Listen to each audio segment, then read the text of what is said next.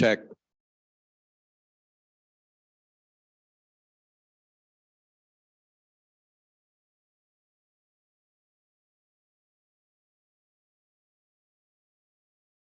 Check.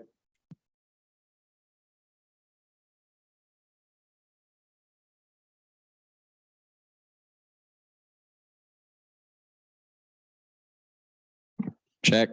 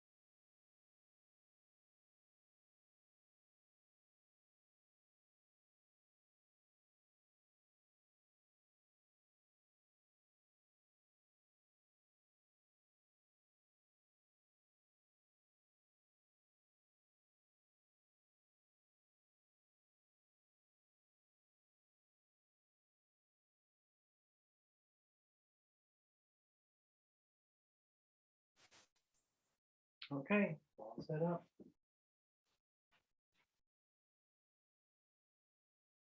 All set up.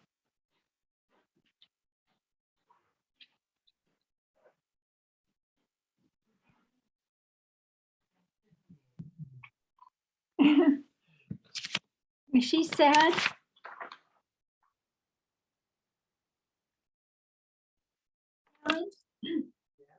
When I have this,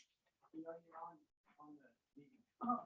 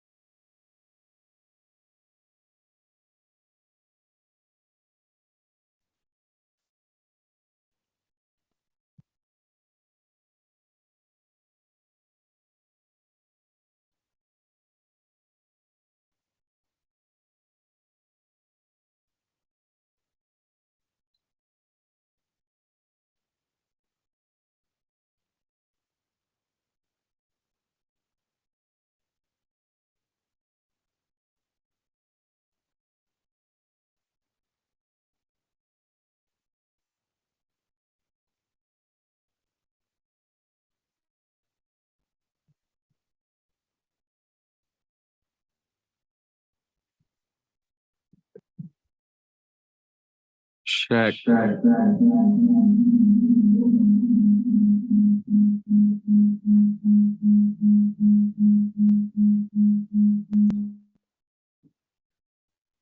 Hi, Dylan. Hey, Joy, can you hear me? Yeah, really clearly, really good.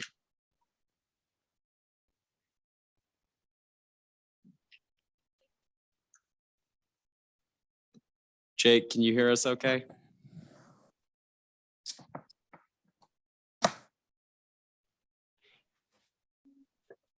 Hi, can you hear me?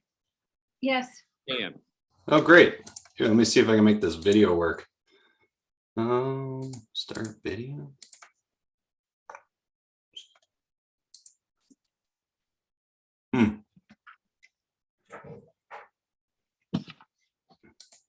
So there it is, and you can, it's, for some reason, it's at the top and I can't troubleshoot it now, but you just hit that and then you Uh-huh. can go to whatever one I'm doing. Okay. to business. Each business. Oh, that's it. On these, can I just get rid of them?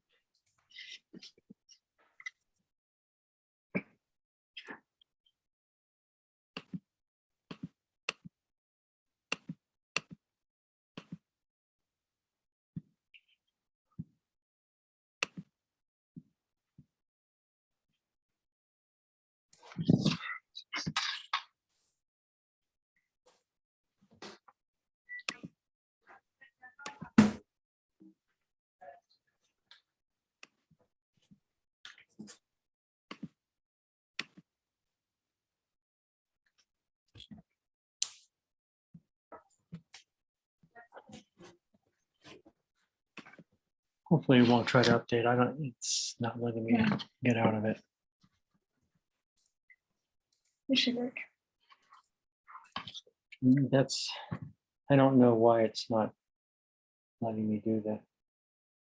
That works. It worked last time. Yeah, but it's okay there. You just have an extra step. If you want to go to unfinished business and you select it. And if you went back, episode, go back, new business, there was other business, other business. And there are the different things, Okay. except there's nothing in the packet, so you'll just have to follow on there or listen. Yeah. And there it is. Okay. Thanks.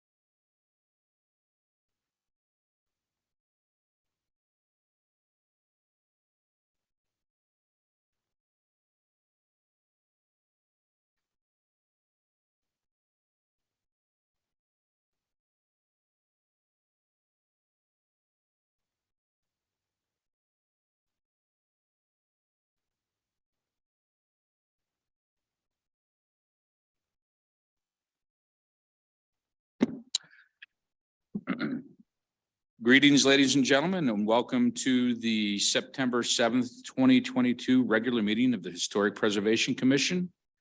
Are all of commissioners and attendees ready? I'm ready. Joy, how is your AV this evening? Can you hear? It's really clear and the video is really good. Okay. Excellent. And we have Jake Lloyd online with FHU, and then do we have legal representation this evening, Hannah? Oh, here you are.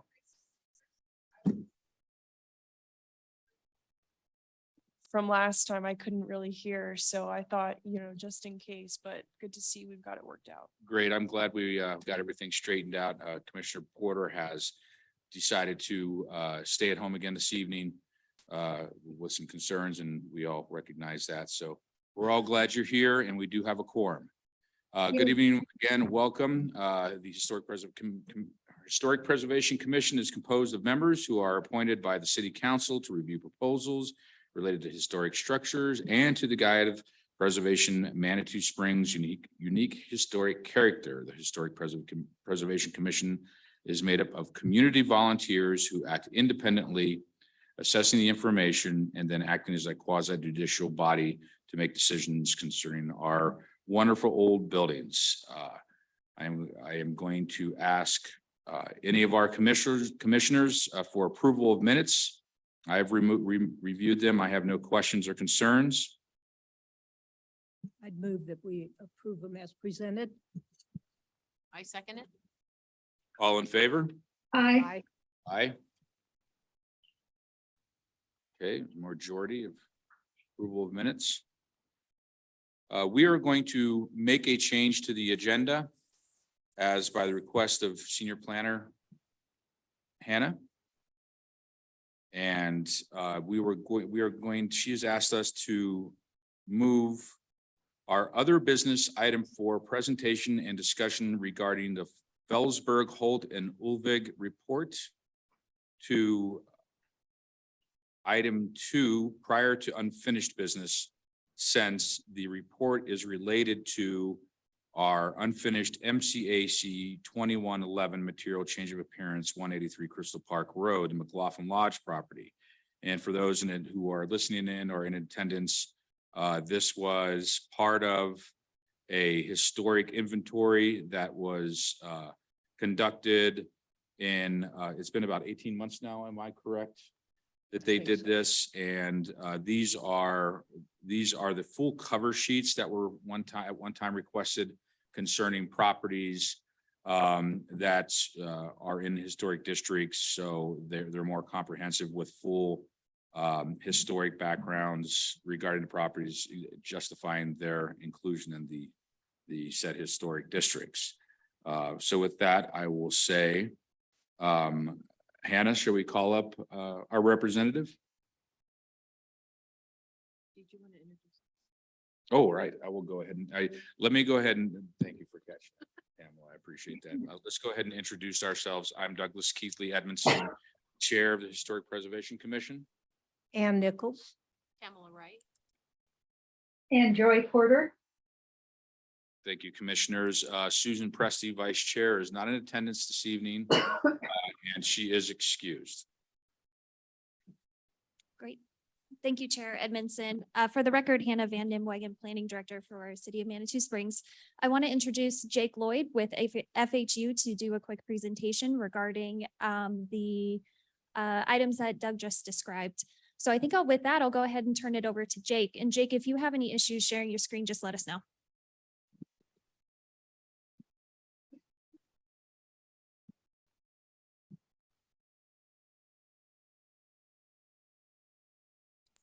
Okay, let's try that. Can you hear me? Yes. Okay, wonderful. Well, thank you so much for having me back. It's nice to see everybody and see everybody meeting in person again. Yeah, as was mentioned, tonight's really just going to be kind of a quick overview of some of the findings during the phase 2 of this project that we started late last year. To remind you, phase 1 was really just looking at these boundary modification requests from property owners for 2 properties, McLaughlin Lodge, which we'll talk about first. Second is the Hiawatha Gardens property, which we'll get to. And then also part of phase 1 was to review those boundary modification requests and look at providing some sort of recommendations on what's appropriate for boundary modifications. So in that process, we had to do a little bit of research. We actually conducted the bulk of our research during that phase just to have a better understanding, considering that both properties were lacking detailed information on the different buildings and the history and so forth. So even though phase 2, which is what we've just completed, what we're talking about tonight, phase 2 is really the development of architectural inventory forms, which I'll share with you briefly just to kind of give you an idea what the format is. Even though that was phase 2, we had to kind of get part of that process underway in order to complete phase 1 earlier in the year. And so at this point, we've developed the site form surveys utilizing History Colorado standard architectural inventory forms. And we've provided a summary report for each property to sort of provide sort of an overall briefing on the history of each property. So with that, we'll kind of get in here. It looks like I'm gonna have to click this. Does everything look okay so far? Is it everything's sharing okay? Sort of a basic overview of the reports themselves. They each start with sort of an introduction, provide a little bit of purpose on the historic survey and a little background on where the survey areas are, and then talk about sort of the methodology for the research that was conducted, and how we went about actually conducting the surveys themselves. And then providing in these reports a little more in-depth historic context or background overview of the history of Manitou Springs, which is really the setting in which both these properties reside. And the historic context, as we'll talk about, is really the basis for how you determine the significance of properties.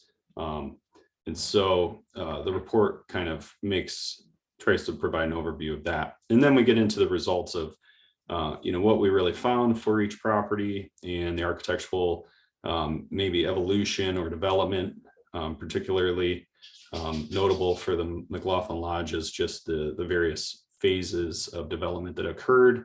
And then we'll talk about the historic significance. And so again, here's just sort of a brief overview, really. Excuse me, Jake, is there any possible way you can make your pages full screen or larger? We have someone in attendance that is having difficulty to see them. Let me see. Oh, let's see if. Okay. If it's not possible, we'll give you a second here. If that's not possible, the person in attendance that wants to see it a little bit closer just can move her chair up. Come up closer. Yeah.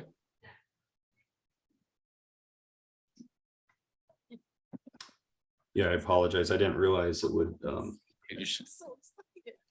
be difficult to see. Should I continue? And so kind of, just to recap on what the goals and objectives are of this particular phase of the project. Also, these documents, this material is provided now to the city for review, as well as HPC and the public. Anybody that would like to review this information and provide comments, at which time, we'll set a little period there for the final review of these documents. And then if folks have comments or want clarification on things, we can make those changes and sort of finalize everything, in the near future. So let's see. Yeah.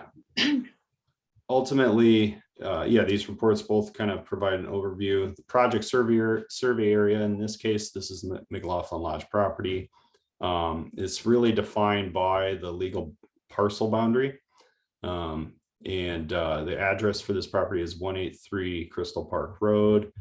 This is one of the larger parcels that reside in this neighborhood at this point. It's a really interesting kind of natural area. I'm sure everybody's familiar with it, but the hilly topography, the fact that Sutherland Creek bisects the parcel, that all adds to the overall interest and uniqueness of this site. Essentially this property is located in section 9 of township 14 south, range 67 west. This topographical map kind of gives you an overview of where it's located relative to downtown. Really, the methodology, this is kind of gets into what were the steps we took to review prior survey work, conduct research, gather information that pertains particularly to each of these properties. We've kind of outlined that here. Really, the first step, and this is stuff that we did really for phase 1, was to conduct a file search through the state's database. That kind of tells us, whether or not the state, History Colorado, has documented records of this property. If any other historians or groups, organizations have reviewed and evaluated the property in the past. So we start there just to see what we're working with, see if there's been any work that's been conducted. In this case, the site for McLaughlin Lodge was surveyed, but it was many years ago. It was back in 1980 as part of this really large kind of overview survey of the entire city. And so the information collected was not only outdated, but it was pretty light on details, considering the scope of that project. There just wasn't the time to do a deep dive onto the property. So anyways, that provides a little bit of background. We also reviewed, we reached out to the county and received the property cards from the assessor's office. These are property information cards that are collected by the county and typically evaluate and assess the condition, the value, the sizes of buildings and structures on the property. What's really nice about property cards is if they're on record still, is that they tend to give you a glimpse of what things look like many years ago, and can also really provide some unique information pertaining to the date of construction for certain buildings, what they're made of, if buildings were removed over the course of history. And in this case, that was kind of a big thing that happened with this particular property. Is we've seen lots of development and redevelopment, changes of ownership, just due to the lengthy amount of time that the property has been known as the McLaughlin Lodge, and subsequent buildings being removed or dismantled over the period of time. So those property cards are really key to the research.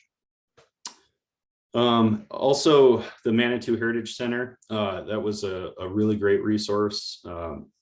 Back when we started this project, Michelle Anthony was still with the city, and she pointed me to Shirley Wade, who was extraordinarily helpful in the whole research process, and in picking through the records around file at the Heritage Center. So that was kind of key to finding certain bits of information that helped us document this property.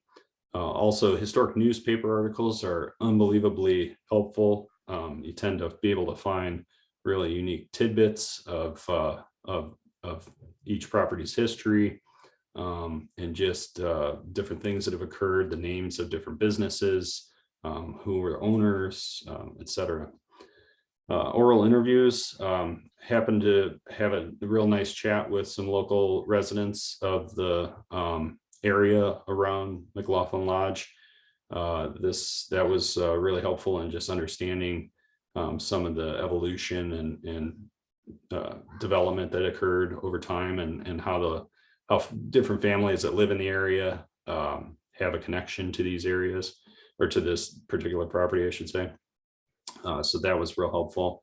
We utilized the Denver Public Library and the Penrose Library digital records for just different bits of information that they have on file, photographs, etc. Topographical maps, as I had just showed you, they can be kind of key bits of information that sort of help understand where roads were located, if structures were mapped at the time, how things have changed.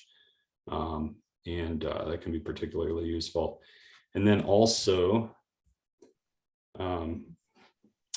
just reviewing previous survey reports, building surveys, etc. We were involved with the historic survey plan project that took place a year or two back. At that time, we had access to lots of different building survey projects that have occurred throughout the city. So those were kind of key focuses for certain information for these different properties. And then just talk about sort of these previous surveys that I had mentioned. The report outlines some of the things that occurred. As I had mentioned, 1980 was kind of an important year for building surveys in the city of Manitou Springs. That was when the comprehensive analysis of the entire city was done, and that information that came out of that project led to the National Register District designation of the 3 different National Register districts in the city. However, at that time, as part of those National Register designations, McLaughlin Lodge was excluded from the National Register District, despite the fact that it's a large property with intact buildings, and it's located directly adjacent to the log cabin, Keithley log cabin area. That has some other kind of things that are probably tied to it. When properties are inducted into the National Register or nominated to the National Register, if property owners choose to opt out, they have the right to do that. So that could have played a role in that decision.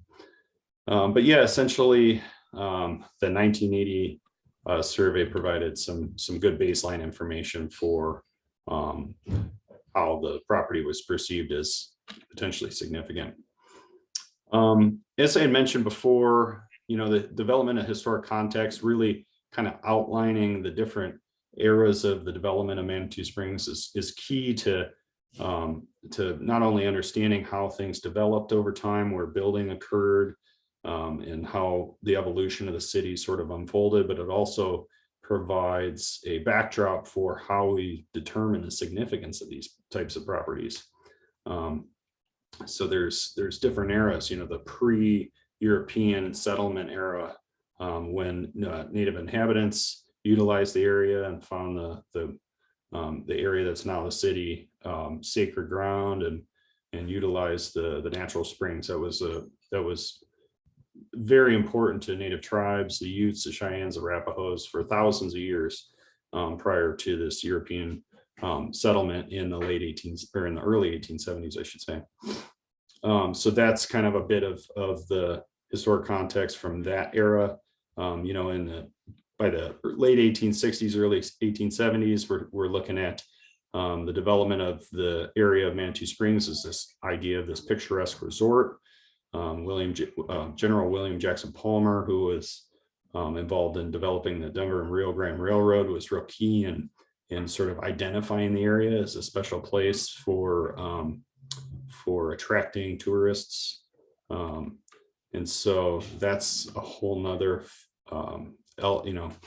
era of development in the community. And so we try and provide all of this information just so it's clear where these properties fit in.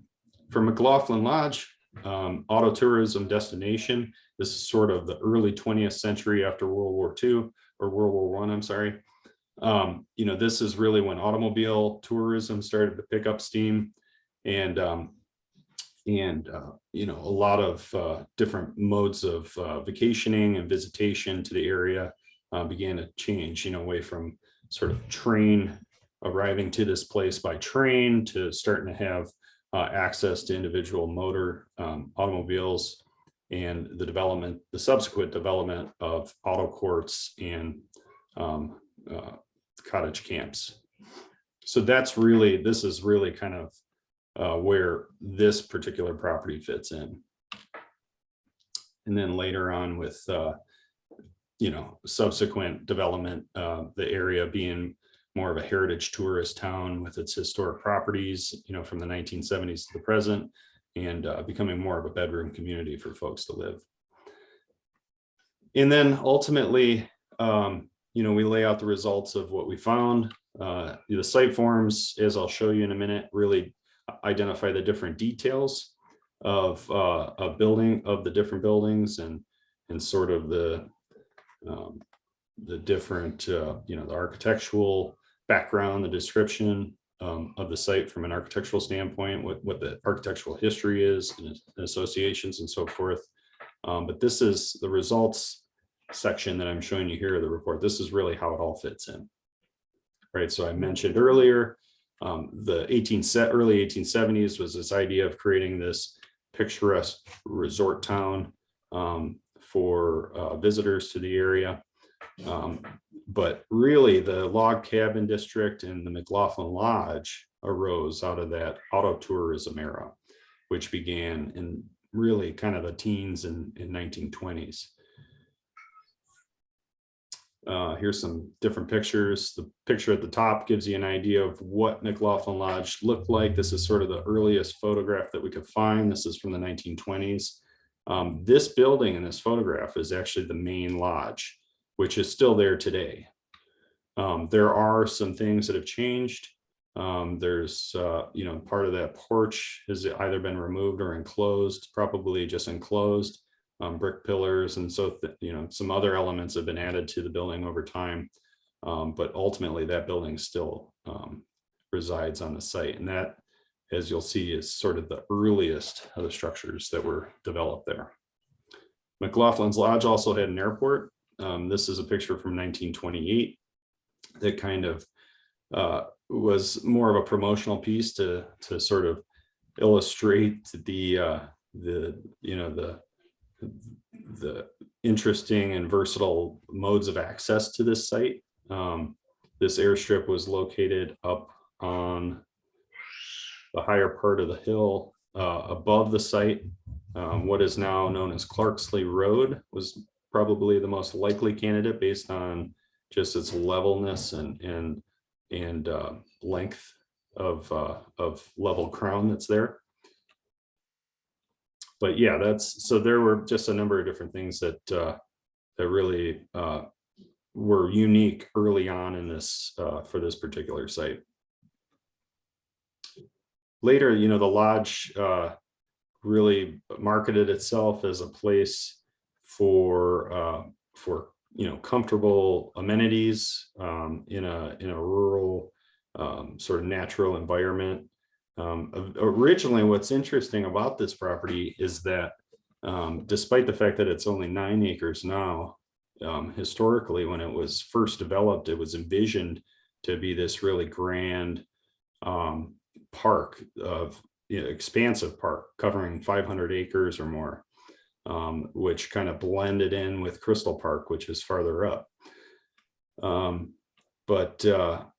Yeah, it over time, I think, different cottages and individual private properties were sort of carved out of that original 500-acre tract.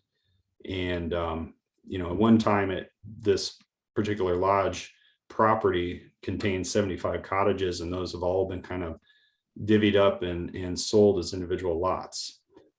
Today, those lots are what make up some of the neighboring roads and residences that we see today. Next, what we looked at is sort of the architectural development. So this is really breaking it down into individual buildings and trying to understand the different eras of development. And so, as I mentioned, that early picture from the 1920s, this is the the photo of what that main lodge building looks like today. This building and the one directly to the south were both identified as the likely earliest structures. This one obviously being first, the main lodge, the building directly to the south, which is known as units 1 and 2. They're both listed as 1925, but as that picture we showed you before up here on the upper right, it shows that the main lodge was actually preceded the units 1 and 2 to the south. But the general construction of this building and units 1 and 2 are that a round log construction, pretty standard. This is an architectural style that came of prominence in the early 20th century, known as the rustic style, and really it was sort of a return to the craftsmanship, handcrafted architectural features, utilizing materials that were native to the site, including, wood, logs for wall construction, native stone, etc. So that's really what the rustic style was all about, was sort of this getting away from this overly processed, overly manufactured look of the preceding style, which was the Victorian era, and going back to more of this handcrafted kind of look. The second wave of construction, and this consisted of several cabins that are primarily along Crystal Park Boulevard to the south of buildings 1 and 2 and the main lodge, was in 1935. And again, these were round log construction buildings with gable roofs.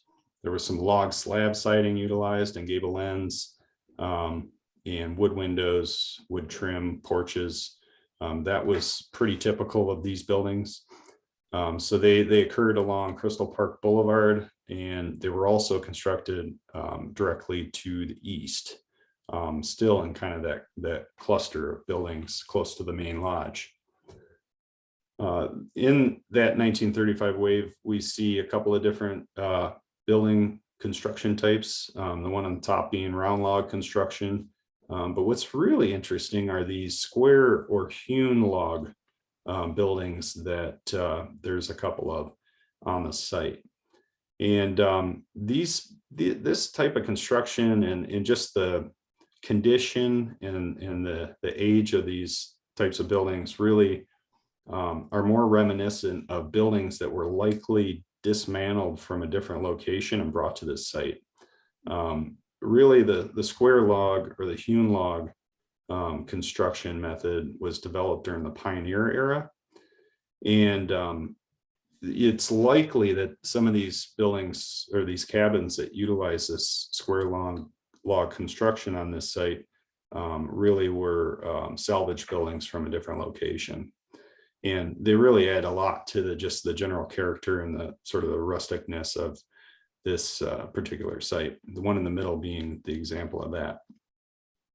And then as I had mentioned, there's the log slab siding where the logs are split in half and the bark's left on, and they just kind of have a really rugged look, but they at least give you a flat surface to use as log cladding. So there's a number of those as well. These all date from that 1935 period. There was a pretty significant expansion of the cabins on this site during that period. Later, 1951, there were a couple of cabins that were built north of the main lodge. These are directly adjacent to Crystal Park Boulevard, but they also utilize kind of this log slab siding, although these are more manufactured log slab siding. By the 50s, the ranch style was very prevalent in residential architecture. These buildings were likely built with that intent. They're easy to build. The hipped roof, likely constructed with trusses. Just allows for more open floor plans and flexibility in the building layout. And so that kind of adds another kind of twist to the variation in the buildings on the site. And then 1953, this is really kind of the last of the log era on the site. There are, 3 of these cabins, but these are log cabins, but they're more of a manufactured, again, form of log or kit home, where the logs are actually manufactured off-site and then brought as a kit and then assembled. And so there's a few of those on the site, and that just, again, kind of adds sort of this uniqueness to it. These buildings kind of look like Lincoln log cabins, but they're really kind of neat and unique at this point. And then later, after, by the late 60s, the property had changed hands, and Cheyenne Village took ownership of the property and sort of redeveloped it with the idea that this would be sort of a training facility for folks to take care of the place and have sort of a good sense of purpose and stay, a sense of occupancy, taking care of the different various cabins and things of that nature. But after 1967, we see some later buildings, dwelling units that were constructed, and these really don't take any attempt to fit in with the site, the architectural style of the site or anything. So there, this picture here that I'm showing is like a 4-unit dwelling, and it has vertical plywood siding and sort of this unique roof form and everything. And so that was sort of later. These buildings occur to the east of Southern Lynn Creek, so they're sort of isolated from the original cabins, but that gives you an idea what else is out there.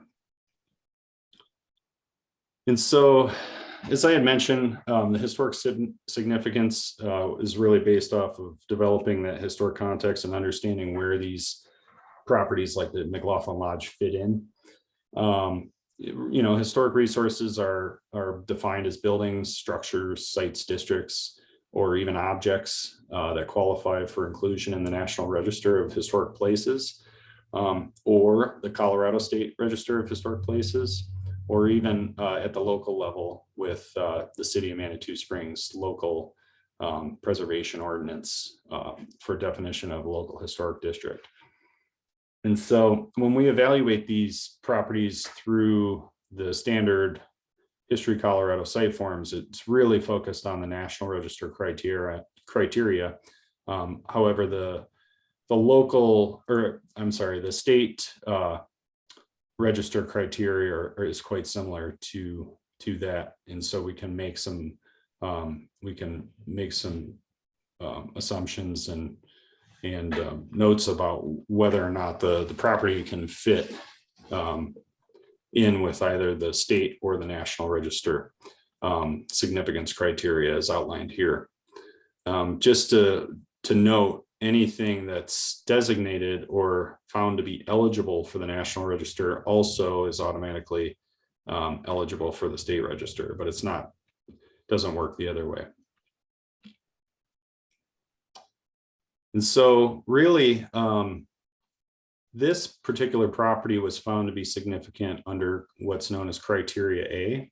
So if we look at the different various criteria A is really when properties are associated with events that have made a significant contribution to the broad patterns of our history. In this case, the McLaughlin Lodge does meet that criteria.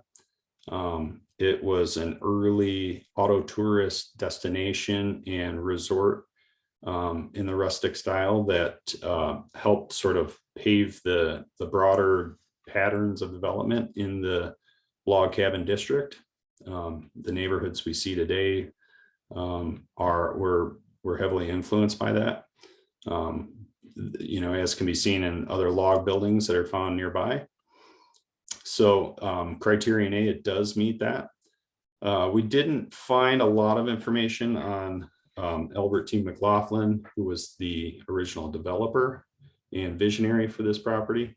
There really just wasn't a lot of information on that particular person. So Criterion B is really, does the property, is it associated with the lives of persons of significance from our past? In this case, we just couldn't make that association because due to a lack of information. And then criterion C is, does the property embody the distinctive characteristics of a type, period, or method of construction? Or do they represent the work of a master or that possess high artistic values? In this case, yes, the McLaughlin Lodge, the buildings retain lots of their original building materials and architectural styles. They haven't seen many alterations overall, so they do still embody that rustic style architecture that I had mentioned. So in this case, the property would also meet criterion C.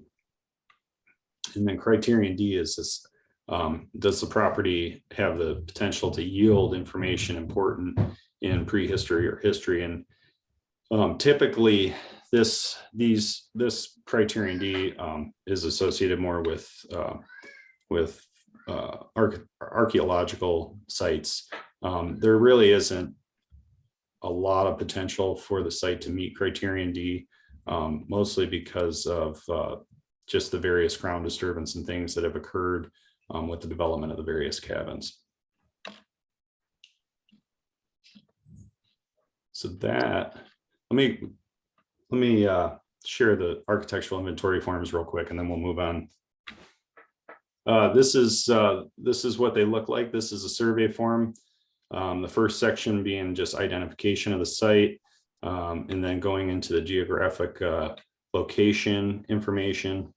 Again, this is just a sort of a nice standardized method for documenting the property that's consistent from different projects and thorough, comprehensive.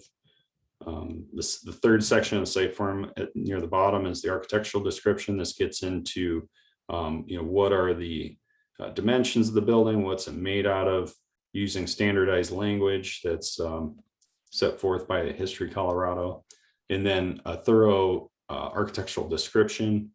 This is a chance to just note certain things that might be of unique interest to each building. We can outline different construction dates and just talk about those various elements that really identify each building. Architectural histories, section 4 of the site form. This is where we can lay out who the original owner was, if there was an architect or a builder that was known. In this case, the builder contractors assumed to be Albert T. McLaughlin, the original developer of the property, although we couldn't point any solid evidence to that. However, he does show up on 1920 U.S. federal census of the site or the area, and so we know he was there early on. And so the 1925 date that we found from the county records for the construction of the earliest buildings falls right in with that likely date. And then again, historical associations is a place to talk about the historical context that's applicable to this site. And then the significance criteria, as we had mentioned, with the different A, B, C, or D. And then at the end of the site forms, there's a place for mapping. In this case, the US GS quad maps are used to give sort of an overview location of the site. And then we provide what's known as a sketch map. This is sort of a close-up view of the site. Aerial background gives you an idea of where the different adjacent buildings and properties are located and different road names. And this, for a complex site like this with multiple buildings, this is a good chance for us to just identify where every building's located. And so they're all numbered based on the assessor's records for how those different buildings and structures were documented in the county records. And so those numbers correlate to the photographs. and those follow the maps. And so here's the here's that main lodge again, a couple of different views of that. Here's the back side of that. This is a nice way, just in these survey form documents, to really get a good baseline photographs of what the building looks like at this particular point in time. As I had mentioned, the assessor cards provide photographs from 20, 30 years ago, 40 years ago. It's really neat to be able to compare what's out there today with what was there, several decades ago. And so that's why we always provide really thorough photo documentation of each site as part of the survey form documentation. This is building 1 and 2 to the south, also reportedly built in 1925. There were some modifications that occurred in the 60s. A porch was enclosed and windows were replaced and so forth. But overall, the building still retains its original architectural style, different features such as stonework and trim work and other features that are unique to this particular building. And so just in the interest of time, I'll kind of go through them fast. Here's a building. Here's one of the 1953 era buildings that I had mentioned. Some more 1935 buildings show the round log construction. They're scattered about the site. Very unique orientation, really given, there was a lot of thought given to orienting each building to give each one its own sense of privacy and to sort of also fit it in with the site and the topography. Here's one of the 1953 era buildings, that log kit building I was mentioning earlier. And then sort of the later development. Square hewn log construction. There's a couple of those. This is a 1935 era building that's still has a lot of its unique little architectural features and stone chimney and shingle siding and scalloped fascia boards. This is the second square log building that is really kind of unique. You can see it. It's sort of a hodgepodge of different construction eras and methods, but really adds to the rustic charm of the site. This one, front porch, has been enclosed. It historically was all full of windows, but nonetheless, the building features are there. There's a 1951. This is one of those ranch era slab siding buildings. It's along Crystal Park Road. It's the second one. And then some of the later development.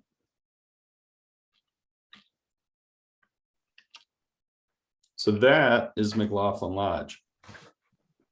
Do we want to kind of skip over some of these other things? I know I kind of rambled on there for a little bit. How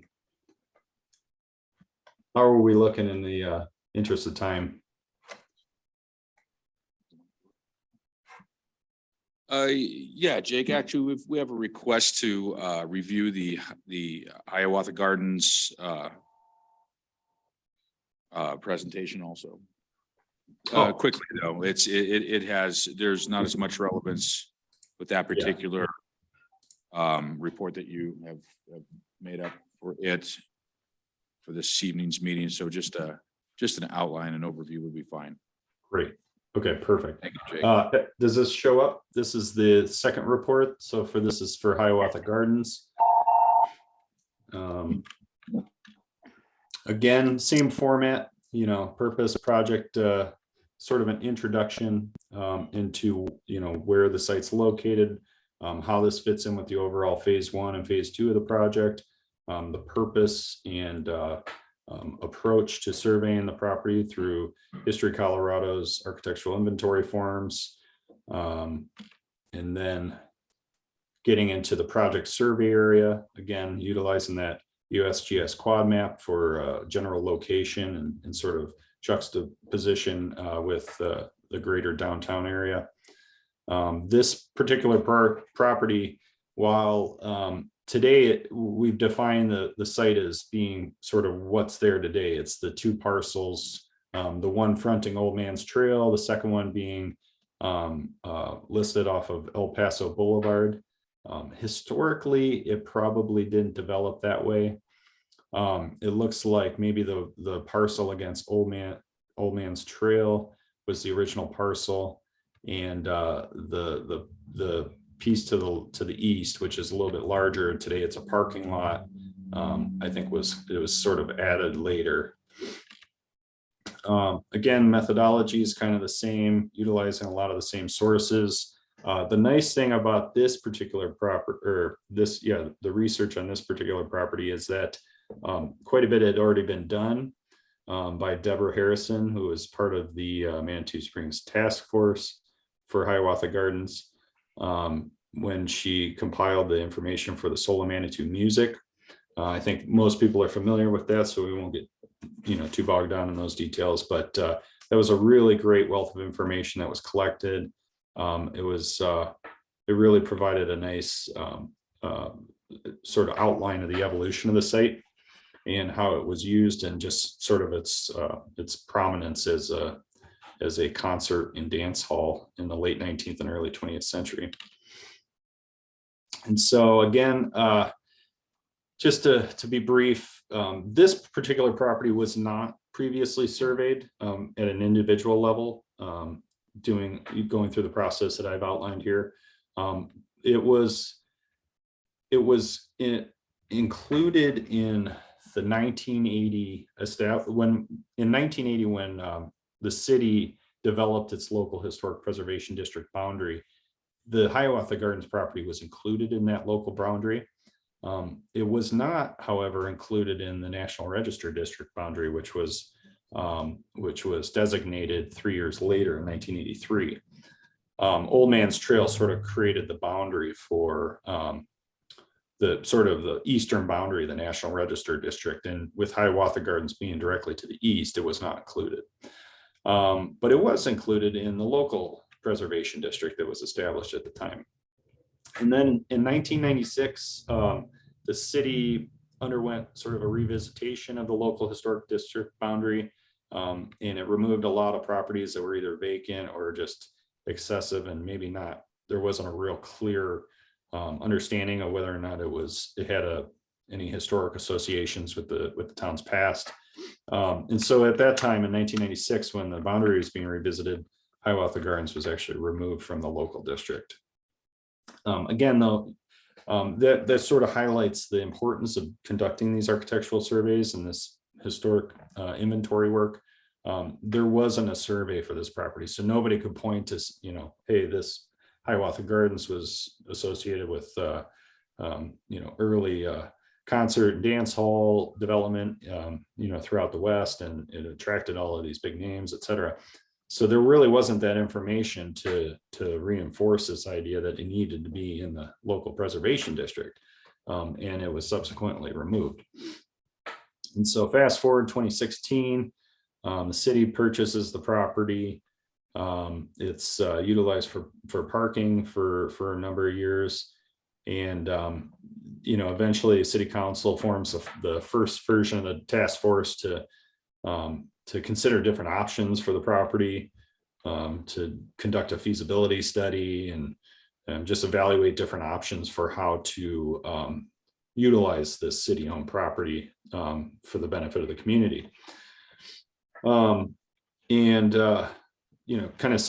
Just fast forward from there, here we are. The property has documented historic significance. Again, that's really to the praise of the local historians who donated their time and research to the understanding and research of the property. And so the building is really looked at now as having a potential significance. Where does it fit in the historic context? Really, it's in this idea of sort of the picturesque resort and tourism. It's sort of kind of that gray area where the two overlap, and tourism in the city was starting to pick up steam in the late 19th century. So that really plays a kind of a big role in how the Hiawatha Gardens is evaluated. You know, the city attracted a lot of visitors early on from a health seeking standpoint. Patients of tuberculosis were attracted to the dry climate, the sunny, dry weather, which was really conducive to just healing and regenerating. But also the mineral springs played a huge role in that. And so that was a local attraction early on. And there were a number of other different attractions, but really they were more just kind of natural. You know, this was like a place to see the natural wonders of the world. And it was in the last decade, really, of the 19th century that Colonel Frank L.M. Smith and Charles Allison envisioned sort of a place for, you know, gentlemen only kind of club, gambling, drinking. This was, you know, another form of attracting folks to the small quaint town. But really, you know, that had sort of a short life. There was a real desire to make this, to make Manitou Springs and make this particular site more of a family-oriented destination. And so shortly after the Gentlemen's Only Club was developed, this large open pavilion structure was constructed to the site, to the south end of the site, as you can see in the second photograph there to the south. This structure was constructed in 1897, so that was only, you know, it was less than a decade after the original Victorian club was built. And the pavilion really had this the goal of constructing this pavilion was to attract you know, concerts and dancing and that sort of those sorts of events. And so that kind of was the impetus for creating this pavilion, which operated as a concert hall from when it was built in 1897 till 1904. And then it was later, the property was later acquired by the Hiawatha Park Opera Company, and a large flyover, which we didn't show a picture of that, but a big theater flyover structure was built on the south end that was later removed as the structure was enclosed.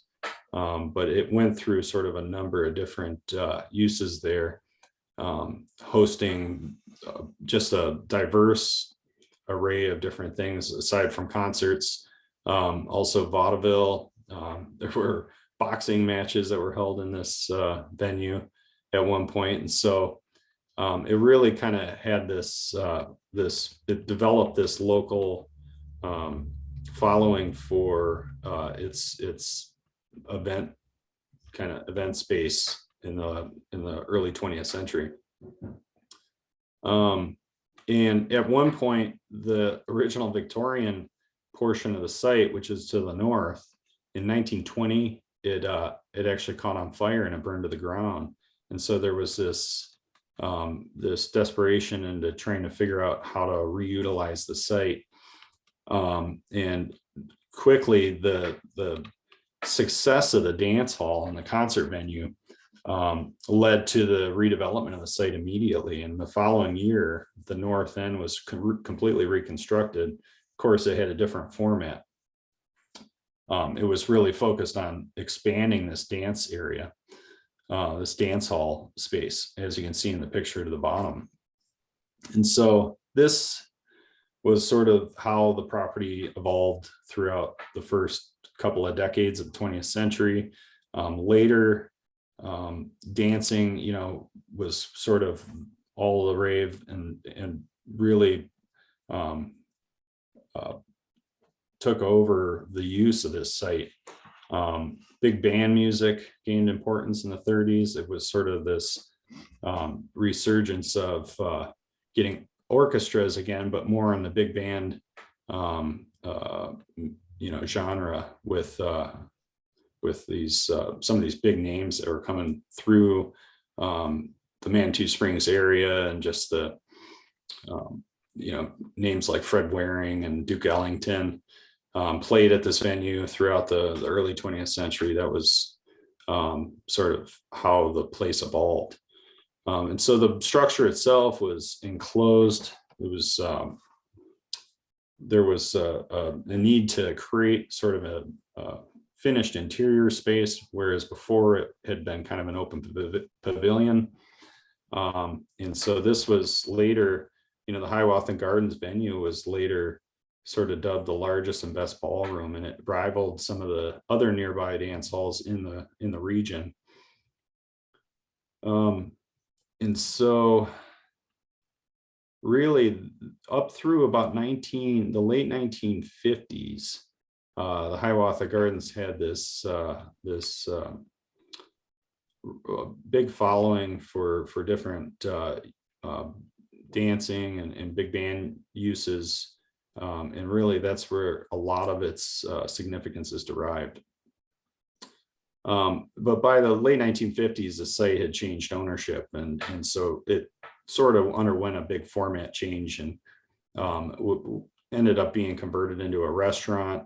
The restaurant was called the Sundown Lodge, and it still offered family entertainment, but it was it was during an era when big band music lost popularity and other things became important, and so the restaurant business kind of continued up through the 70s.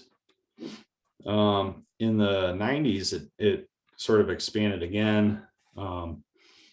There was a different restaurant use. However, the actual pavilion structure that we see today had really no use, and it wasn't utilized anymore. And so it kind of sat vacant for a number of years, and just kind of lost its importance. And so that's kind of where the structure itself fits into the significance of Manitou Springs history, is this idea that it's part of this early entertainment, recreational amenity for the community, one that was well known across the country, throughout the region, and one that had the provenance of some of the big band names come through. Now today, a lot of the structure has been removed. That plays a little bit into how it's perceived in that context. The north end of the site that we see in the earlier photos has been removed, and it's really just a dance hall that's left.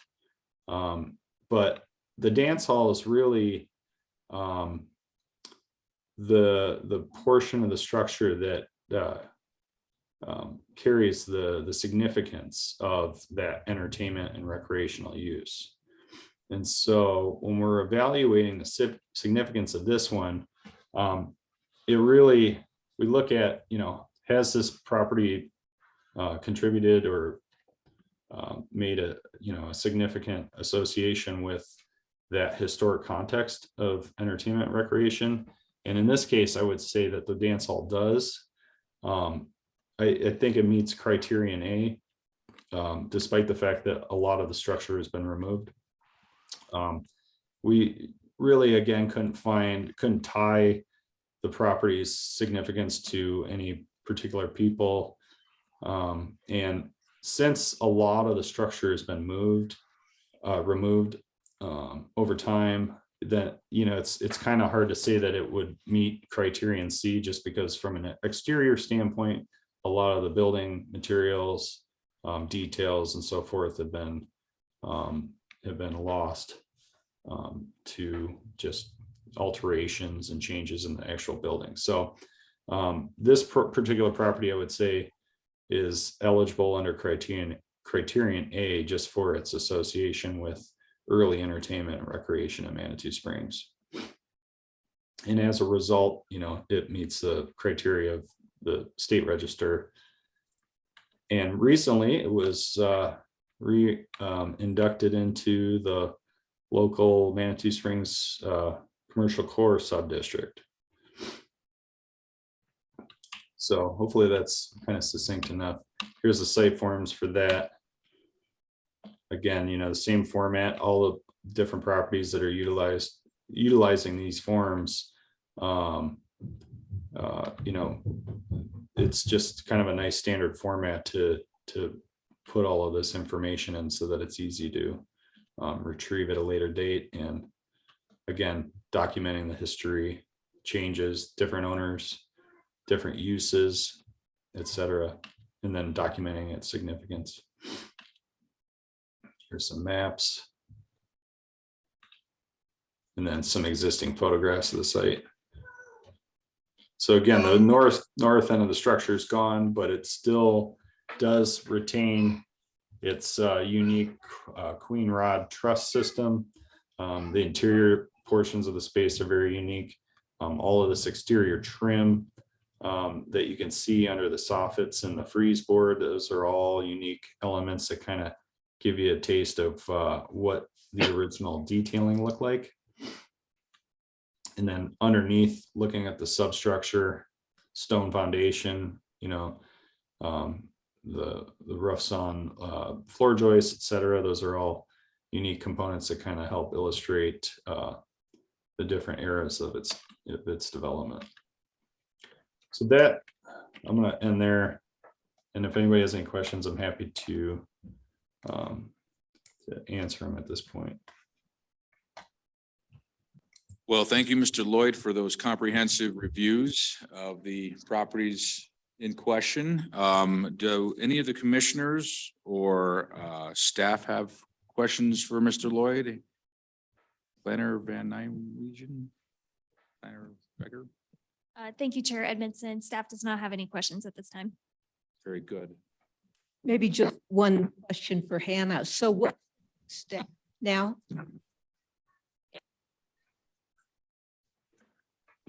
Just died.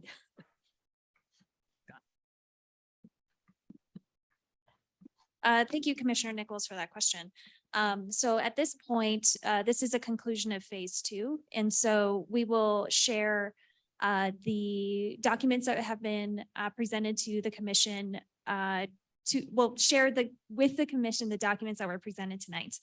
And if you have any comments, concerns, or questions on those documents, there will be an opportunity to voice those. If there isn't any concerns, then we would move forward to the final phase, which would be producing these final reports. Then at that point, we would be publishing them, sharing them with the public and and determining what those next steps should be. So it's a little ambiguous, but this is making sure that the reports make sense, that it's what you would expect and things like that. Thank you. Commissioner Porter, do you have any questions for Mr. Lloyd? No questions. It was just so thorough to hear all about the lodge and then Hiawatha. The history there is amazing, and you really summed it up and brought those details to us. Appreciate that. Very good. Thank you. Commissioner Wright? Okay, I do have a quick question for Mr. Lloyd. Mr. Lloyd, do you make any mention of contributing or non-contributing structures in your report concerning the McLaughlin Lodge property? Yeah, that's a good question. I believe we did identify that last phase of the development, those structures as dwelling units that don't contribute to the architectural significance of the property. Those are the ones built between 1967 and roughly 1985. But if I missed that, I'll go through there and be sure to add that for the final version. But yeah, that was sort of an important thing for us to try and identify right away was, which of those structures, since there are so many, contribute to the significance of the site. Thank you, Mr. Lloyd. And I would like to point out that after I reviewed Mr. Lloyd's report, that he does identify 7 structures in McLaughlin Lodge property that are considered non-contributing. And Planner Becker, if you could just make sure everybody gets copies of those reports, I'd really appreciate it. Will do. Thank you very much. Well, ladies and gentlemen, staff and attendees, thank you very much for your patience. These are the kind of reports that the commission receives that help us make comprehensive decisions on MCACs and other applications that are put before it. And at this point, I'm going to say thank you again, Mr. Lloyd, for your presentation, and we will move on now to unfinished business. Item 2, MCAC 2111 material change of appearance certification demolition at 183 Crystal Park Road. William Gooman and Associates are the applicant on behalf of the Manitou Cabins LLC owners. And I will ask any commissioners if they have any ex parte communication or any other influence that may cause them to want to recuse themselves. No. Yeah.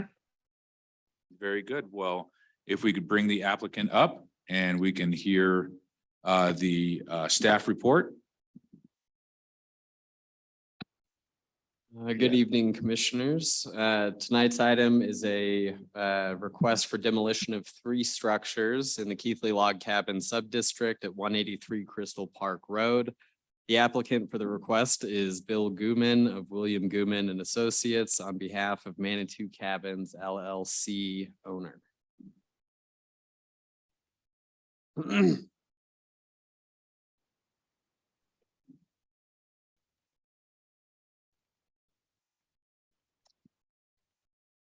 As I just mentioned, the 3 structures that are proposed for demolition are 1 maintenance shop constructed in 1975 and 2 duplexes constructed in 1967.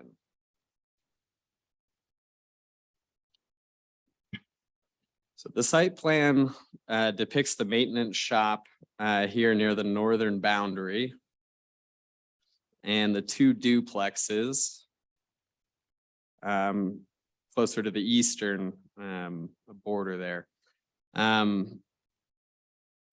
In order to provide access to the proposed vacant lots that are intended to be sold by the developer to private ownership, an internal access road has been provided or proposed on the property, and that's shown here with a fire turnaround.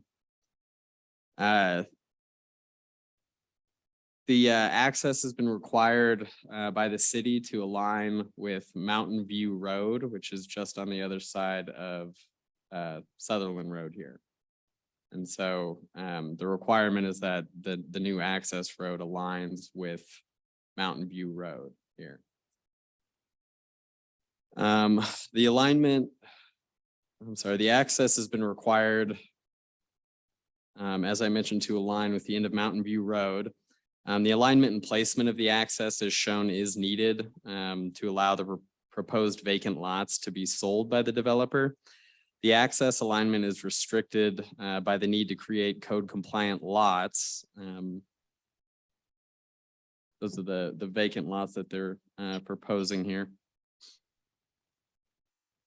Let's see. Without the ability to provide this access as shown, the developer would not be able to make the overall project economically feasible. The developer's intent is to subdivide and sell the vacant lots on the east side of the property to help offset the costs of rehabilitating the existing and remaining cabins. The maintenance shop lies directly in the proposed alignment of that access. As you can see here, it's right in the middle of that road. And due to that, that's the main reason for requesting the demolition of that maintenance shop. The 2 duplexes that are also requested for demolition due to curb, gutter, fire truck access and turnaround requirements. are also a hindrance to the proposed development of the property and will likely encroach into the proposed fire turnaround area. You can see that depicted here. The applicant has indicated that the owner would suffer an economic hardship if the requested demolitions were not approved, as this would not allow for the creation of that access and would not allow them to create and subdivide those lots.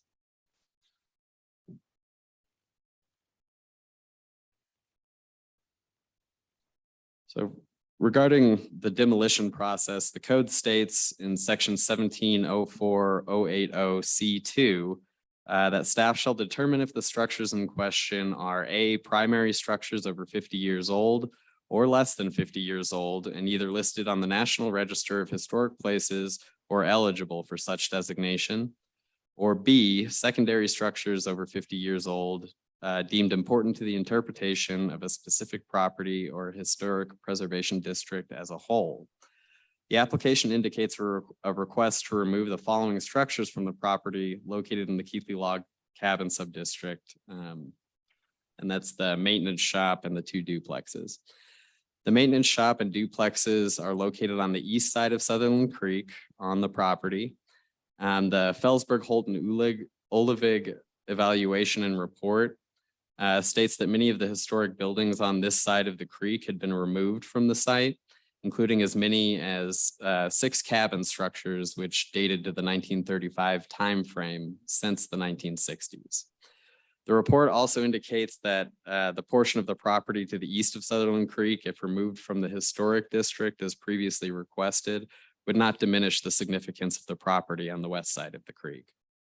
The maintenance shop, which was constructed in 1975 under the ownership of the Cheyenne Village, does not meet the 50-year threshold mentioned in code and is not listed or eligible to be listed on the National Register. This structure also lacks architectural cohesiveness through design, materials, or workmanship in terms of the other historic structures found on the property and within the district itself. Staff finds the proposal to demolish this structure to be acceptable under these regulations. This structure could be administratively approved for demolition per section 1704-080C4, and that's the number 4 listed there. However, staff has determined it's in the best interest of the resource and the district for the review to be done by the commission along with the other demolition requests.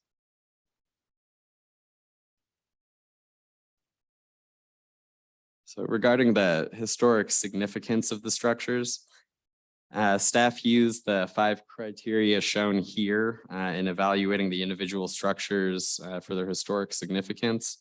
This code section is used basically to determine and provide a designation for resources either contributing or non-contributing. Staff has found that the maintenance shop and 2 duplexes do not meet any of the 5 criteria listed for designation as contributing resources to the district. These structures do not embody the rustic style or log cabin appearance associated with the district and were constructed at a later period and not necessarily associated with the main period of significance for this property, which mainly spans from the 20s to the 50s. The structures were also not the work of notable builders, designers, or architects, and are not associated with any historical figures or events from the community's history. The photos here depict the exterior of the maintenance shop. You can see it doesn't use the log cabin construction or have that rustic architectural appearance. The photos here show the interior of that maintenance shop.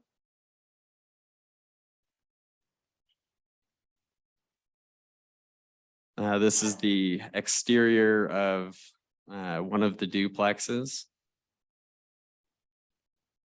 and the interior of that duplex.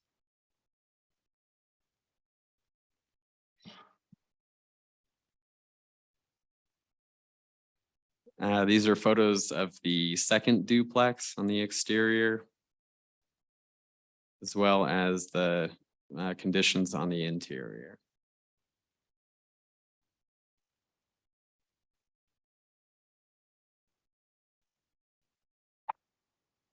Regarding the required materials for a demolition, Code Section 1704-080C5 outlines A through H as documents that are required to make a determination for a demolition request.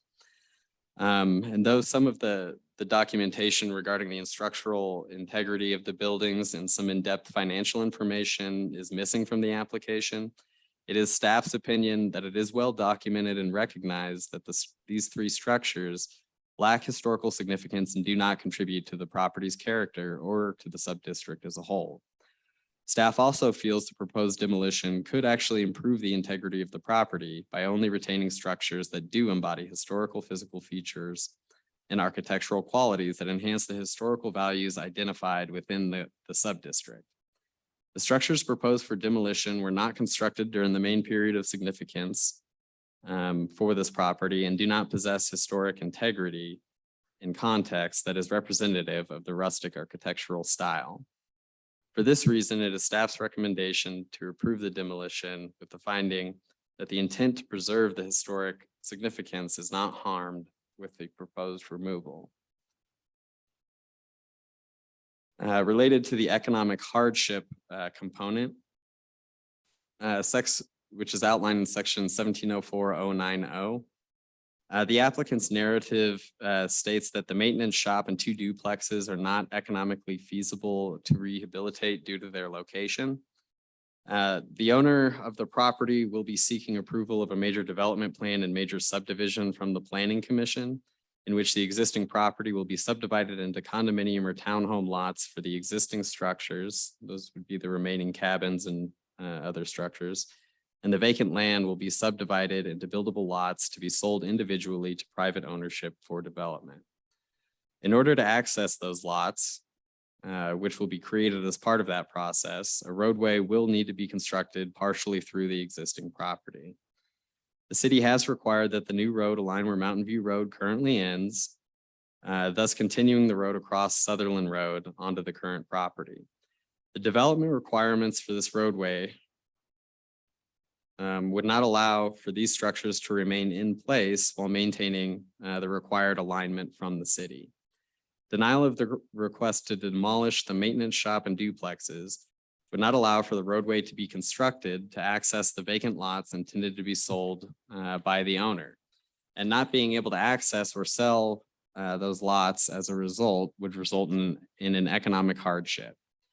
Without the demolition approval, the structures would have to remain in place and the owner would not be able to subdivide the property to create the vacant lots without access. In so doing, the entire project would become economically infeasible to the owner who intends to sell the lots to help fund some of the renovations proposed on the remaining cabins.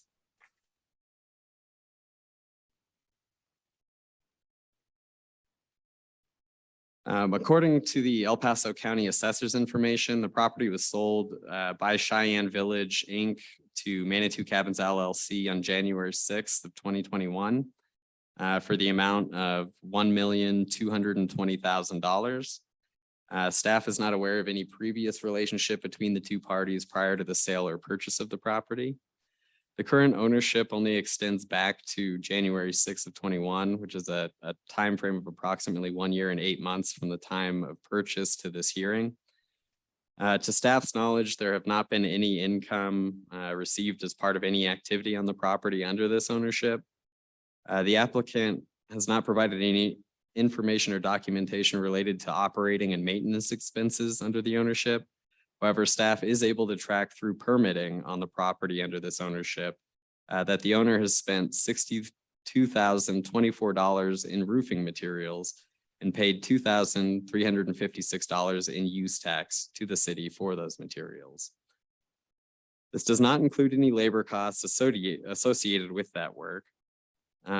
Staff is not able to calculate is also able to calculate the application fees paid to the city to date, which calculates to a total of $3,975 in application fees and $2,500 in deposits related to those applications. The total cost of all items that staff is able to calculate based on their documentation is about $70,855 in operating and maintenance expenses under this ownership. The applicant can respond to any additional expenses which have been incurred and relating to the operating and maintenance costs. The real estate tax information and documentation under this ownership has not been provided by the applicant. However, the El Paso County Assessor's information lists the market and assessment details for the property. The assessed value is listed at $213,910, and the market value is listed as $797,722. The El Paso County Treasurer's property tax information available publicly and obtained by staff via the Treasurer's website indicates that the property tax has been paid for 2021 in the amount of $16,024.23. No information regarding the structural soundness of the maintenance building or duplexes has been provided, and staff is unsure if the owners intend for the structural engineer, which has been contacted by them, will be reviewing these three structures as well. The applicant can respond to the timing and scope of work proposed for that structural engineer. The City of Manitou Springs Historic Preservation Commission does offer a maintenance mini grant program, which offers up to one maximum award of $2,000 within a 12-month period for certain maintenance related projects in the subdistricts. Priority projects include window restoration and exterior stonework restoration, and staff feels that such a grant could be used as part of the overall renovations of the property. If the owner is interested in applying for this grant, an application can be provided by the city's planning department, and the grant would come before the commission for approval. The state of Colorado also offers historic tax credits for applicable projects that meet certain criteria under the Secretary of Interior standards.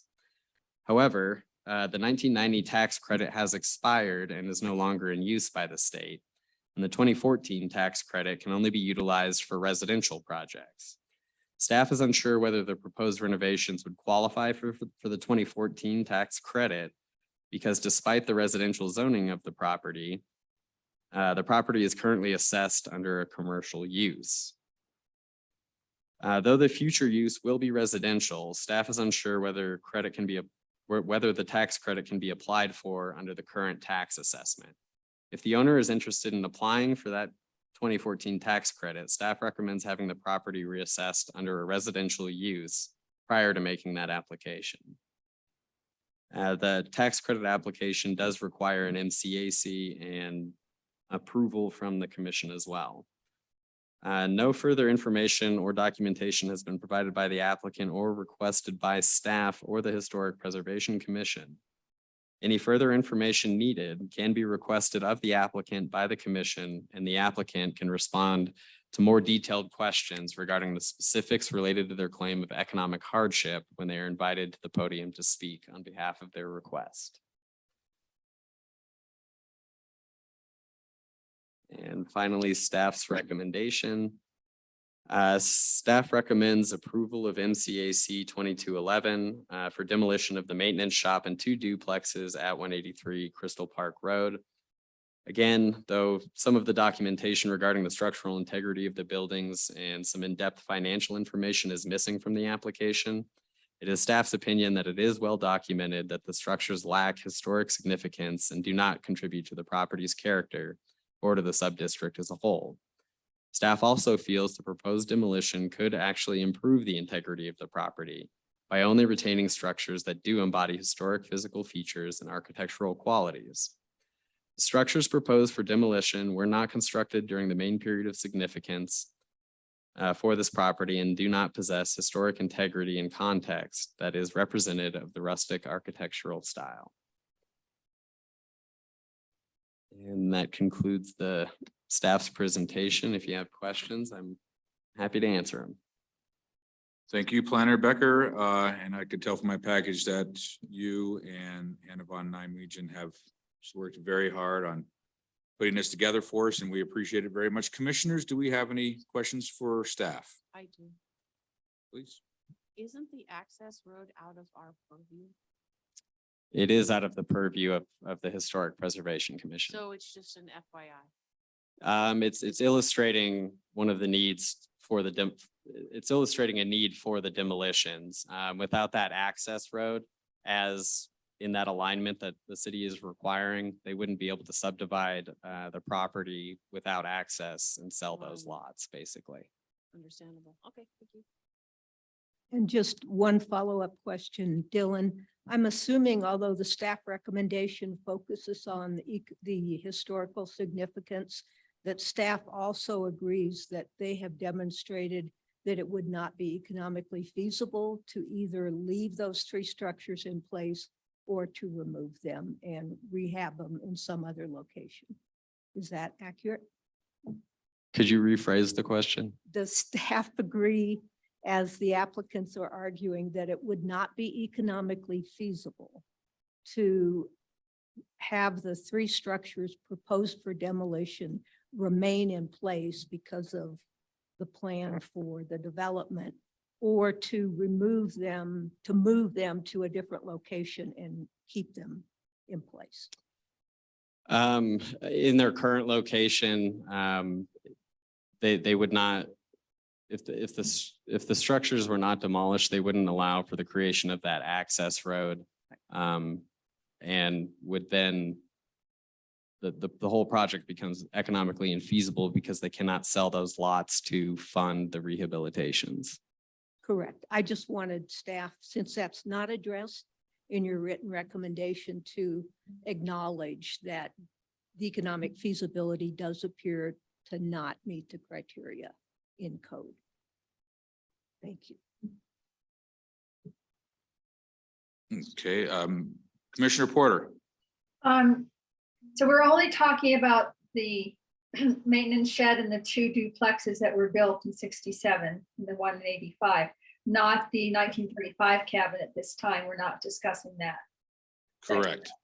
Okay. That is correct. The applicants are going to proceed with a vacation of right-of-way without staff recommendation for approval in the hopes that that cabin can remain in place.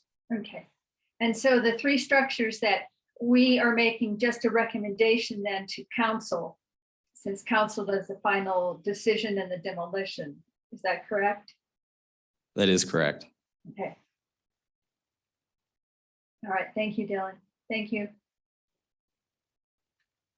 Very good. Well, I have no questions for staff. I will save any comments I have until the end of the presentation. So we'll go ahead with the applicants are at the podium. Gentlemen, how are you this evening? I'm going to have you give your name and your current address as you speak. And just to remind the attendees, audience, and others, staff, that we have already heard a preliminary hearing concerning this particular subject. So I think that if you just keep your comments brief, we can expedite this, and then we can get to public comment. Didn't know if it had come on. Can you hear me? Because it looks like it's on now. We got you. Great. Commissioners, Bill Gooman, principal, William Gooman and Associates. We are the applicant and planner for Manitou Cabins. And Address, sir? Address of Gooman Associates? 731 North Weber Street, Thank you. Colorado Springs, 80903. To my left is Marty Johnson, one of the principals of Manitou Cabins LLC. He can introduce himself. And to my right is Taylor Stamp, another principal of Manitou Cabins LLC. Very good. I'm Marty Johnson. I live at 211 Crystal Valley Road in Manitou Springs, and I am one of the principals. Taylor Stamp, 1431 West Cuchara Street, Colorado Springs, Colorado. Okay, thank you, gentlemen. There's actually two portions of our presentation. We don't plan to make an exhaustive presentation. I think Dylan Becker's presentation on behalf of staff was very representative of our MCAC narrative, which hopefully commissioners did receive a copy of. There were 30 or 40 photographs that were included in there that were provided to you to give you an inventory of the current condition of the three buildings that we are seeking approval for demolition. The slides, the presentation before you, Hannah, you can just arrow down. This is our introduction. This is who you've met. Arrow down. The existing structures within the historic subdistrict for the McLaughlin Log Cabin and Manitou Cabin District are shown on the map in front of you. There are approximately 28 structures that exist. Arrow down. And one more arrow. These three structures, the top two and the one on the bottom left, are the ones that we're wanting an approval for demolition based on pretty much the same criteria that Dylan Becker had mentioned to you.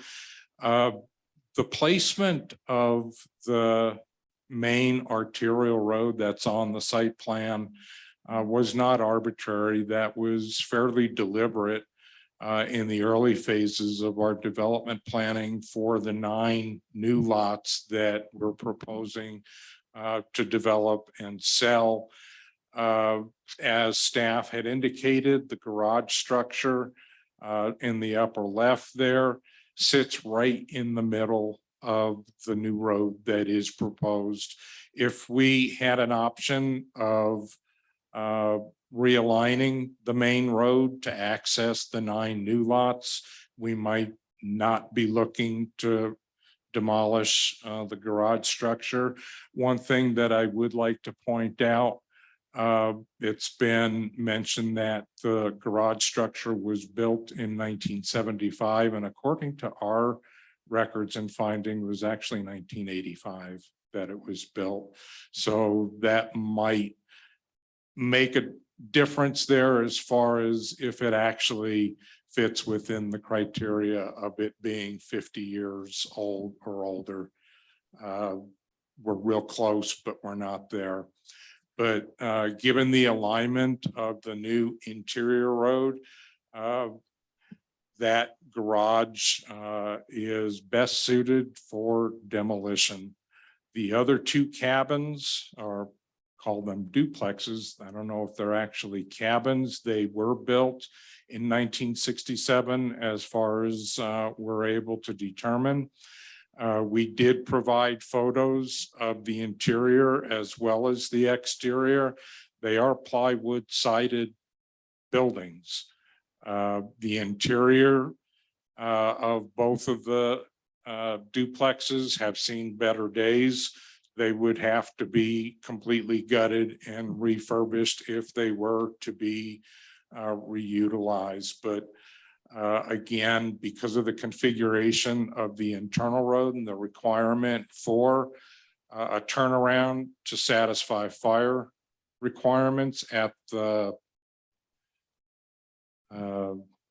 end of our new road, we're required to have a 45-foot minimum radius for turnaround of fire equipment in that cul-de-sac. And where these 2 duplexes sit right now, they would literally be about 5 feet from the edge of that cul-de-sac. The other thing that we'd like to point out is one of the items that has come up in other discussions as far as our presentation to the Planning Commission and to this commission as well, is we have an issue with encroachment into the slope that is behind these two duplex units.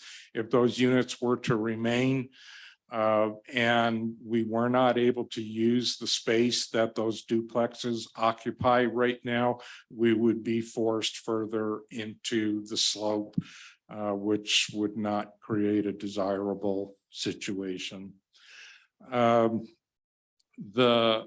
cabin on the lower right, as Dylan had mentioned, we are not seeking from the commission this evening any request to allow demolition of the cabin. It does satisfy most of the criteria as a contributing structure to the cabin district, and we like it. We want to see it stay. And the only way that it makes economic sense for it to stay is if it remains in the current location, which we've mentioned to you previously, is bisected by the right of way for Crystal Park Road. It's not possible to title this particular cabin as long as 2/3 of it sits within. If I may, I don't mean to interject, but this is not part of your MCAC this evening. It's really not necessary to discuss this particular cabin at this time. We understand the dynamic behind its positioning on the right of way. So you can just circumnavigate that particular discussion. I Just stick to appreciate that. Yeah, the three buildings question. Certainly Thank you. don't want It's to all say too much, but I want to say enough so that you can see the thought process that has gone into this.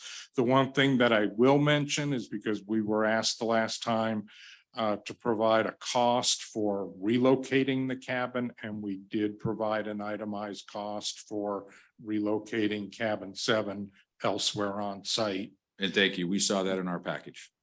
So we do intend to request for the Planning Commission to approve a vacation of right of way, in which case we hope that that cabin will remain.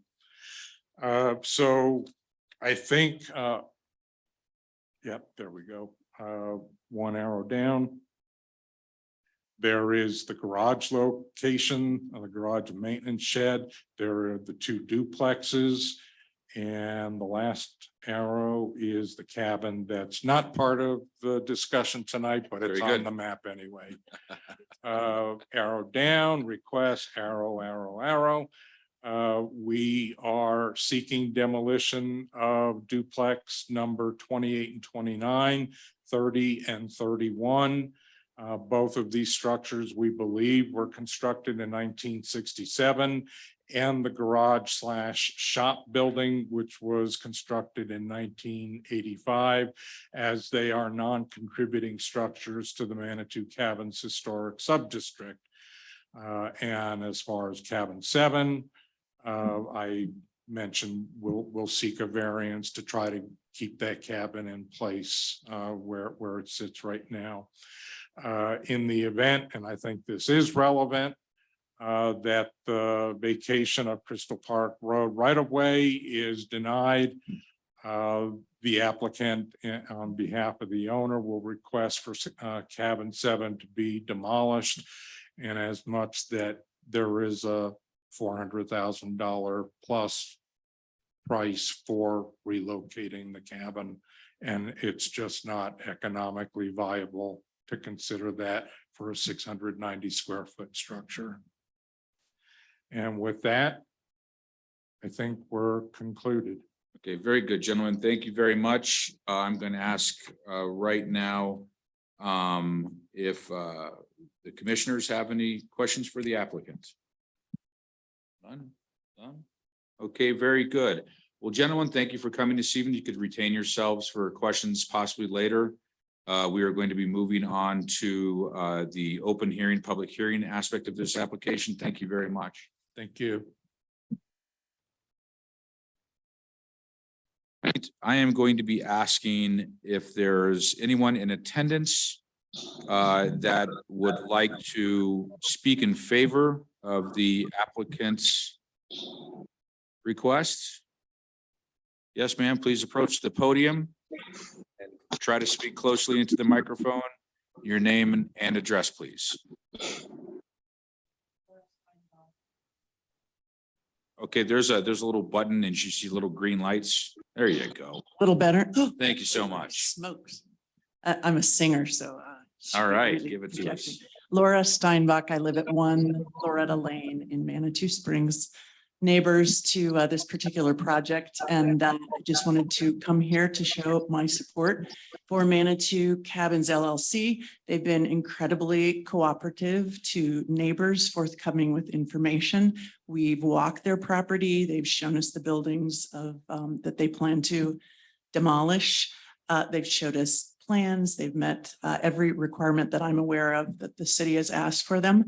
And I am so happy that local folks own it and have a great intention of maintaining these beautiful historic cabins. So hats off to them. And I'll keep it that brief. Thank you, Ms. Steinbach. We really appreciate your comments this evening. Do we have anyone else in attendance that would like to speak? Okay, I want to just let the attendees and staff know, as they know, staff knows that we did receive a letter in support of this project. Okay, we did receive a letter from Ms. Judy Koenig on Indian Way in support also of the demolition of these buildings. Do we have any here in opposition of this particular application? Any letters, anyone? Any hands from the audience? Anybody raising hands? Chair Edmondson, we do have 2 individuals signed in online. For those individuals, if you would like to make any comments as part of the public comment portion of the meeting, please unmute yourself.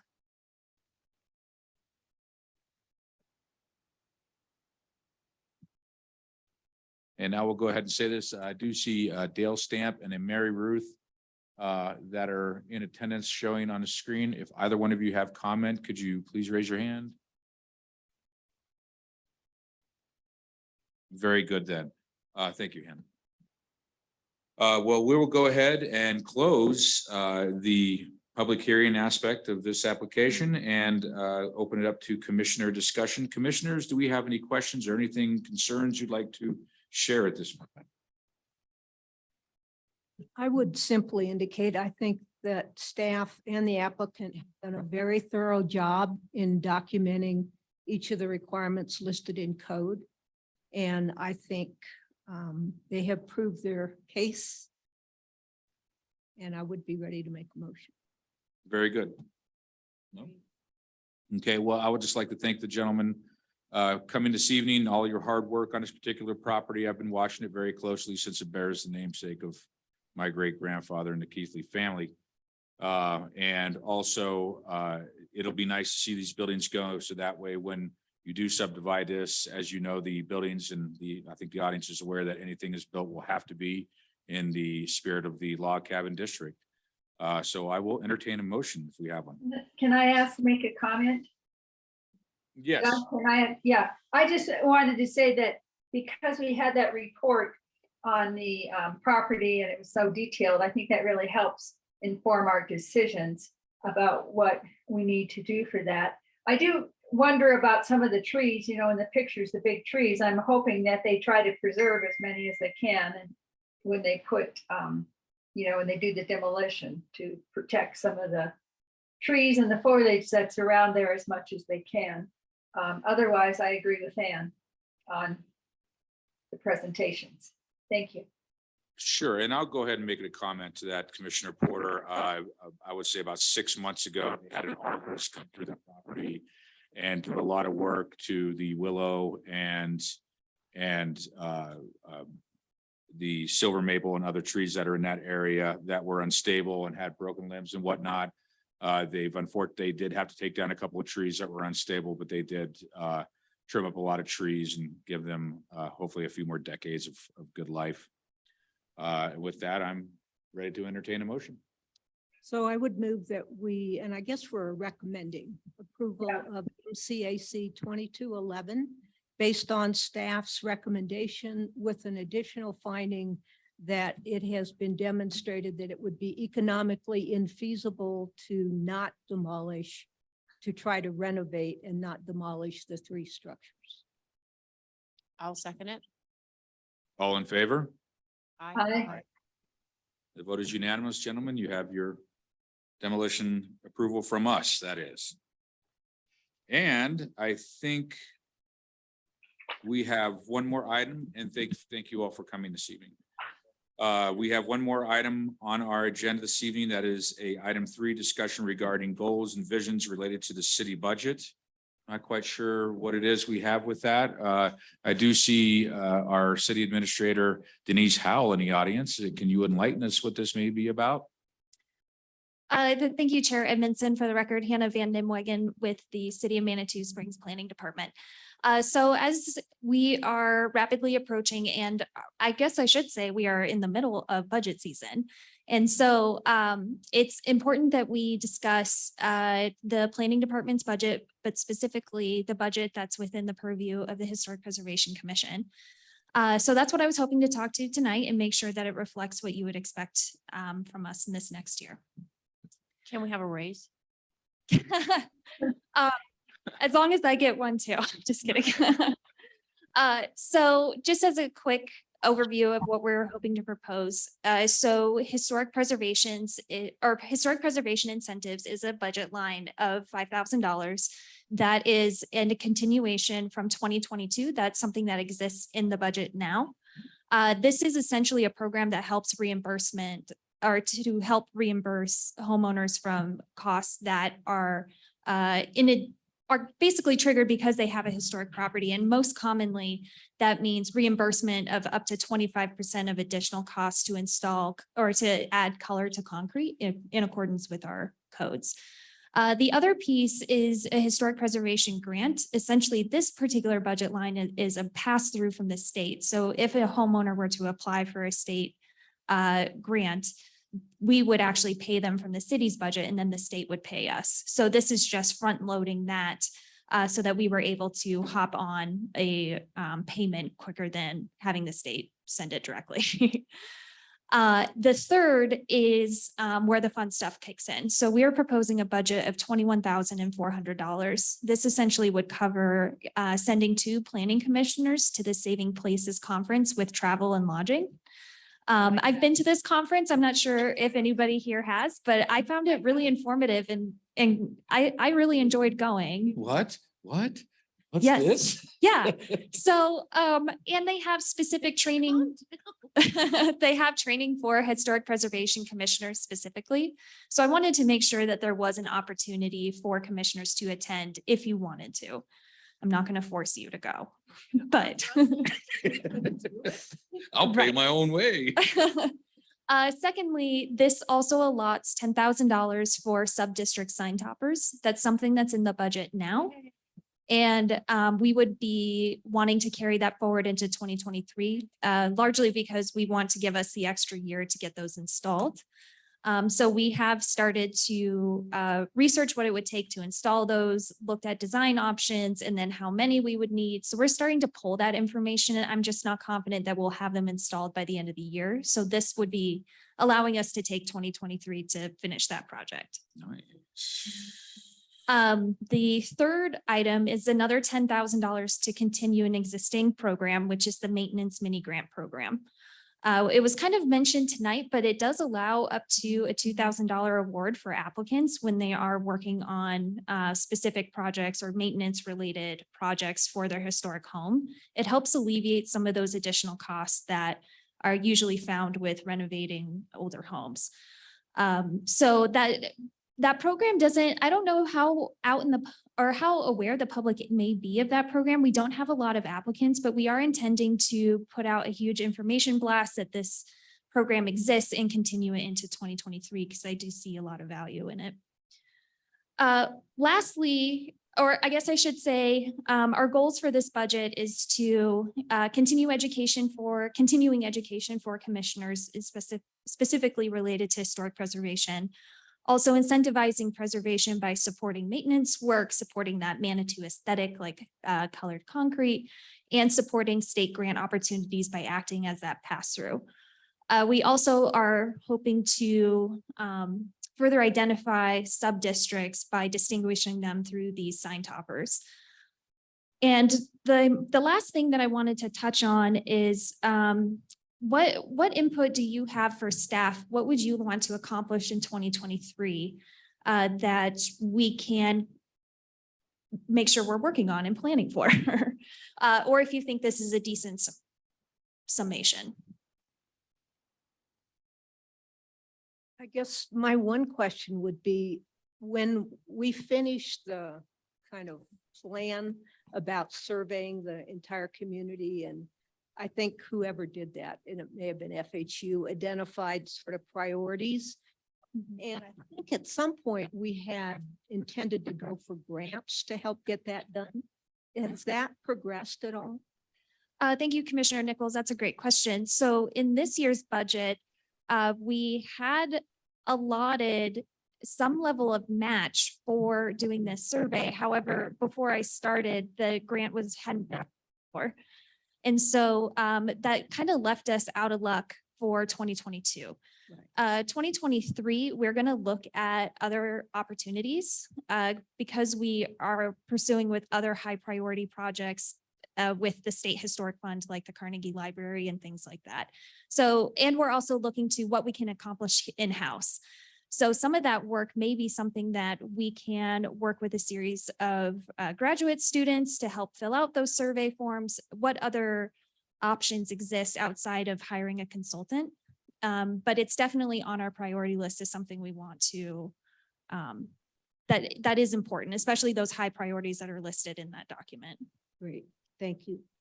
And then Hannah, Doug, can I talk? Yeah. Okay.